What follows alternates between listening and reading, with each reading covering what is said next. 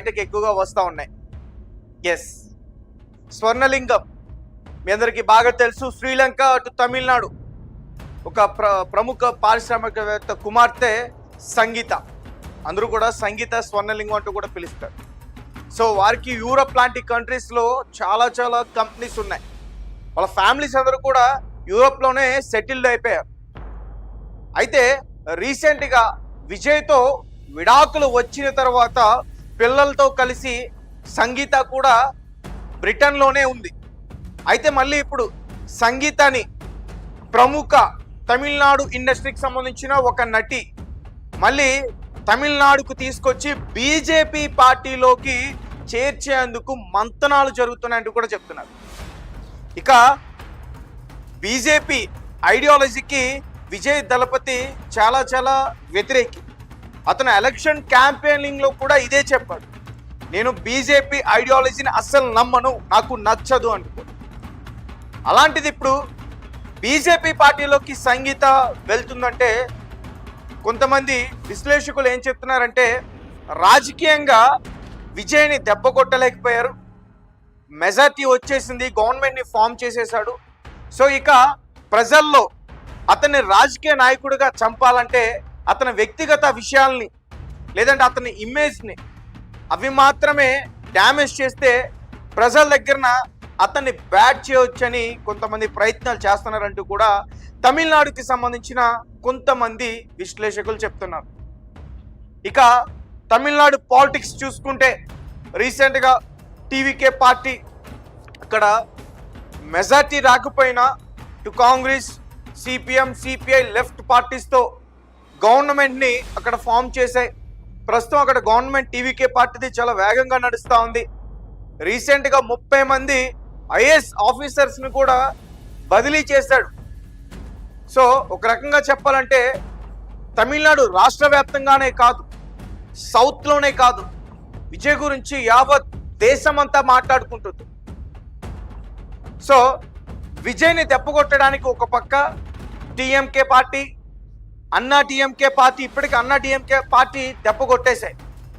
విజయ్కి సపోర్ట్ చేస్తామంటూ అన్నా టీఎంకే పార్టీ నుంచి వచ్చిన 25 ఎమ్మెల్యేలు, షణ్ముగన్ సంబంధించిన ఎమ్మెల్యేలు ఎవరైతే వచ్చి సపోర్ట్ చేస్తూ ఉన్నారో వారందరూ కూడా టీవీకే పార్టీకి సంబంధించి మంత్రివర్గ విస్తరణ జరిగిన తర్వాత వారికి ఎవరికి మంత్రి పదవి రాలేదు అని చెప్పి అసెంబ్లీ స్పీకర్కి మా మద్దతుని మేము వెనక్కి తీసుకున్నాం అంటూ కూడా అసెంబ్లీ స్పీకర్కి లేఖ రాసి ఇవ్వడం కూడా జరిగింది.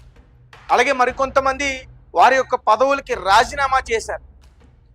సో అంటే అన్నా డిఎంకే పార్టీ 2 చీలికలు వచ్చేసాయి. మళ్ళీ ఇప్పుడు వారు కలిసిపోయారు. పలానా స్వామి ఒక వర్గం, షణ్ముగన్ స్వామి ఒక వర్గం, ఆ 2 వర్గాలు ఇప్పుడు కలిసిపోయాయి. సో దీంతో 144 సీట్లతో అక్కడున్న ప్రభుత్వం ఇప్పుడు 118కు వచ్చేసింది.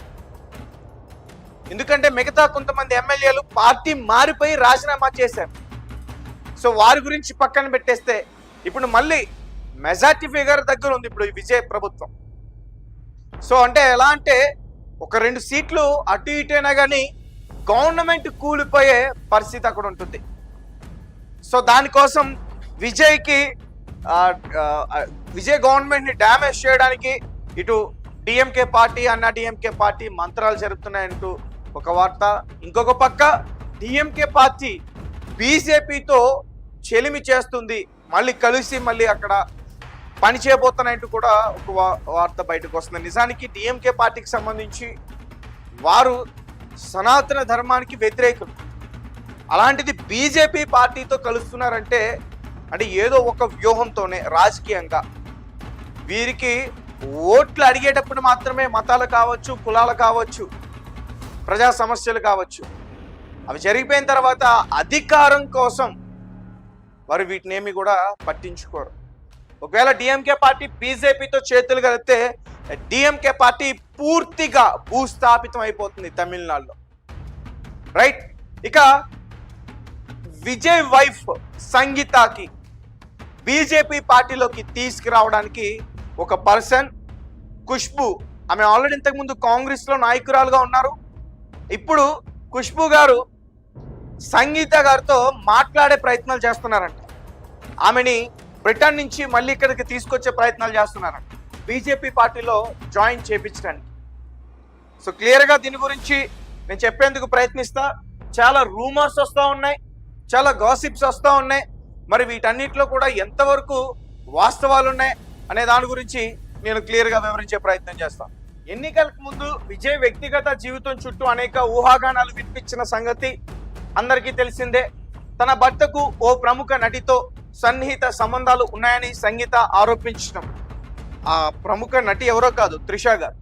అదే సమయంలో ఆమె విడాకుల కోసం దరఖాస్తు చేసుకోవటం సంచలన చర్చకు దారితీస్తుంది. అయితే ఈ విషయాలపై విజయ్ కుటుంబం ఎప్పుడూ కూడా బహిరంగంగా స్పందించలేదు. మరోవైపు విజయ్ను రాజకీయంగా దెబ్బతీయాలనే ఉద్దేశంతో ఈ ప్రచారాన్ని కొందరు నడిపించారన్న వాదనలు కూడా అప్పట్లో బలంగా వినిపించాయి. ఆ తర్వాత సంగీత విజయ్ని భారీగా భరణం కోరారని, సుమారు 250 కోట్లు, మనస్పార్థాల నేపథ్యంలోనే పిల్లలకు భర్తకు దూరంగా ఉంటున్నారని కొన్ని కథనాలు తమిళ మీడియాలో తరచుగా వచ్చాయి. అభిమానులు తలనొప్పి లేకుండా చెన్నైలో కాకుండా విదేశాల్లోని గడుపుతున్నట్లు కూడా కొంచెం ప్రచారం జరిగింది. దీంతో కుటుంబ విభేదాల ప్రభావం ఎన్నికలపై పడవచ్చని రాజకీయ విశ్లేషకులు అంచనా వేశారు. అయితే ఆ అంచనాలను తలకిందులు చేస్తూ విజయ్ ఎన్నికల్లో ఘన విజయం సాధించారు.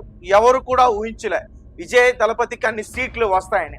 అయితే వ్యక్తిగత వివాదాల కంటే రాజకీయ మార్పుకే ప్రజలు ఎక్కువగా ప్రాధాన్యత ఇచ్చారని అభిప్రాయాలు అప్పట్లో చాలా వ్యక్తమయ్యాయి. ఇక ముఖ్యమంత్రిగా ప్రమాణ స్వీకారం చేసిన సమయంలోనే సంగీత పిల్లలు కనిపించకపోవడం మరోసారి చర్చకు దారితీసింది. ఎస్, ఇది నిజమే.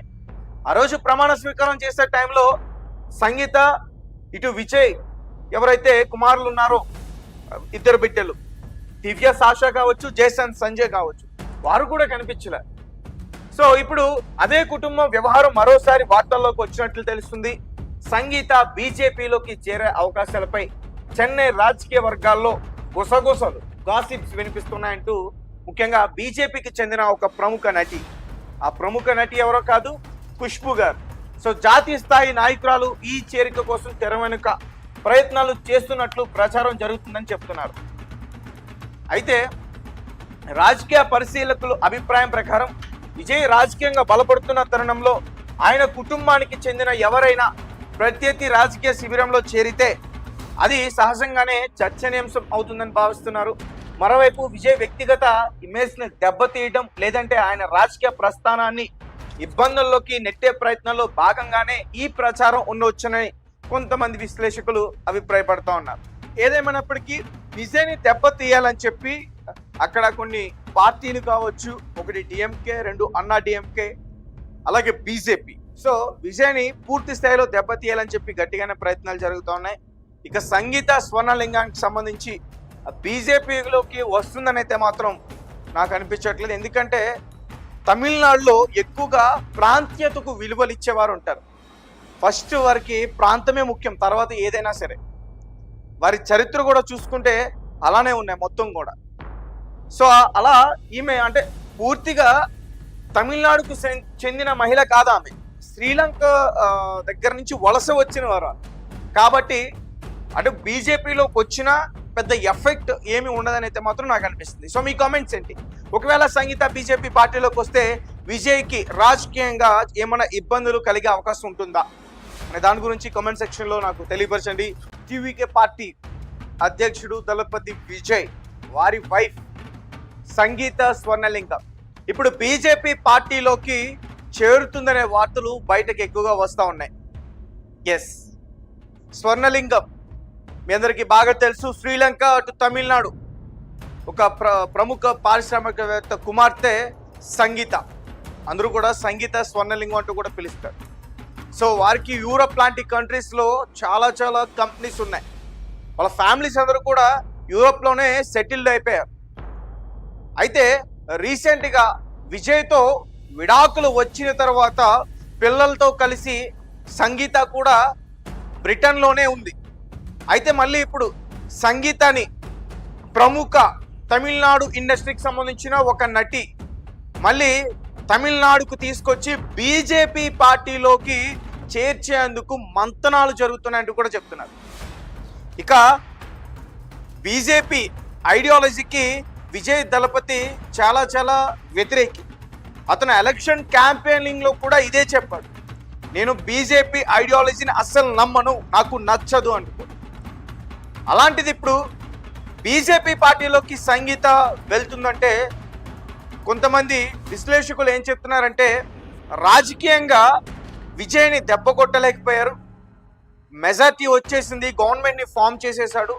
సో ఇక ప్రజల్లో అతన్ని రాజకీయ నాయకుడిగా చంపాలంటే అతని వ్యక్తిగత విషయాల్ని లేదంటే అతని ఇమేజ్ని అవి మాత్రమే డ్యామేజ్ చేస్తే ప్రజల దగ్గరన అతన్ని బ్యాట్ చేయవచ్చని కొంతమంది ప్రయత్నాలు చేస్తున్నారంటూ కూడా తమిళనాడుకి సంబంధించిన కొంతమంది విశ్లేషకులు చెప్తున్నారు.